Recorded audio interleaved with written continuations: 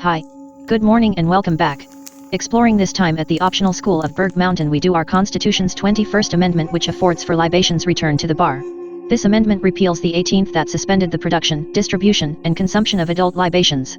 Until this amendment, 14 years and 7 days after the 18th Amendment, January 16 of 1919, on January 23 the 21st Amendment. We've more to come. Won't you come along with us? Chapter XXI, Week 7. Libations available at the bar. Yes, we made a mistake, and we are not proud of it, but liberty is liberty, and who are we to say what another of legal age can do without harming another? Mistakes are natural as we are only human, and we hate that we may have hindered the spirit of liberty in citizens since the 18th chapter and the prohibition of alcohol. The minority have become the majority, and the vote to repeal the prohibition passed. The position that alcohol is a poison to dignity and a stain on the integrity of the people is more of a perception than reality. It is true that those in a drunken state are not fit to lead, but most are not concerned with such issues and make up the foundation of our internal revenue. We made what we saw as something ethically bad into something morally wrong and impressed on others the tyranny of rational thinking. But there are stipulations which come with lifting the prohibition, so don't think it is a free season on the consumption and production of alcohol, for as it's the 21st chapter, 21 will be the legal age of usage or possession. So, libations are available at the bar, which is set at 21. We hope that you accept this apology, because liberty is liberty, but law is law.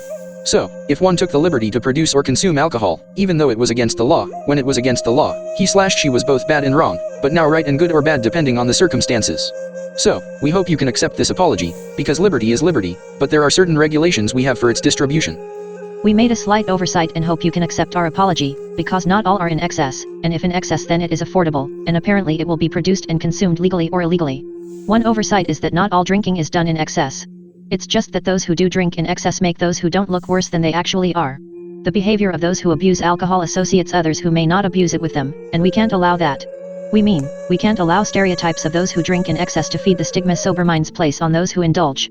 Just as we can't blame the son for the sins of his father, we can't blame those who moderately drink for the sins of those who drink in excess. Besides, it is relatively inexpensive, so being able to afford the product is not an issue. Sure, we can put a higher price tag on a product because of the name brand or its packaging, but it is essentially the same thing. Like a high-priced steak at a steakhouse or some name brand pair of shoes, you can put any price on anything, if someone is willing to pay. They say the products are worth whatever someone is willing to pay, but in a market where the generic is just as effective as the name brand, affording the product is never the issue. One may want the name brand taste, bottle, or just the knowledge that they are consuming a certain name brand, but as harsh as it is, most can't distinguish one from another. But, perhaps, the main oversight is that Americans have built an undocumented reality where they will produce and consume alcohol legally or illegally. It is relatively simple to make and even easier to consume, so if we can't enforce the prohibition, it may be best to let liberty have its way. Liberty is liberty any way you look at it, as some stand sober, others intoxicated, and yet others who only drink socially. If you want to be the type of person who casts the first stone, feel free to erect fences and walls to protect what you hold dear. Sobriety may be in the majority, because more women than men would prefer it, as well as more of the elderly would prescribe it, so it would be easier to calm the spirit of the younger generation. But we can't oppress those who don't prescribe it to themselves.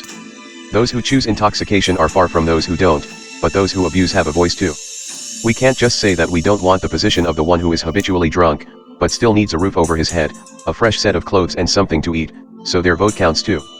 In moderation we drink to benefit the spirit of socialization. Often it adds a pep to the party that lingers throughout the room. And that is part of the liberty we allow to ring. But don't think that you can just ride off into the wind, because we apologized.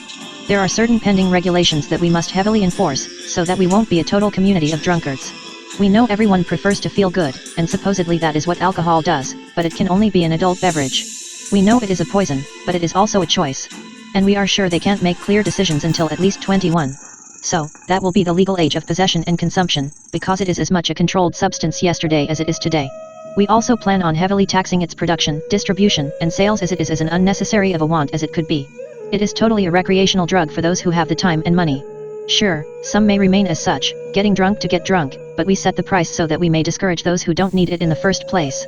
Lastly, we should heavily monitor its distribution, because its availability determines its usage, and if we fail to regulate it, alcohol may find its way into the hands of children whose parents would turn over heaven and hell, if they knew. In our attempts at forming a more perfect union, the tyranny of the sober-minded majority took what they saw as ethically bad and made it morally wrong with emotion, its seconding in a biased majority vote. We hope you can accept our apology, as we looked at extreme conditions and preferred the lesser evil of living without the wine of communion than the greater evil of allowing the hedonistic consumption of alcohol ruin the country.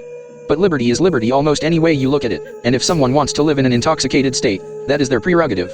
They may not represent our nation as a whole, but that's why our democratic process allows noting for representatives who make decisions in our stead. But don't think we hadn't planned on its regulation, since it is apparent it will be used illegally too. That's all the information we have for you in this session. Feel free to reread this section for clarification, if or when you need more. This 21st Amendment gave American the benefit of the doubt that they were more sober on average, but it also created the ATF. Next session we cover the 22nd Amendment, which limits terms in office to 2-2. We'll see you then.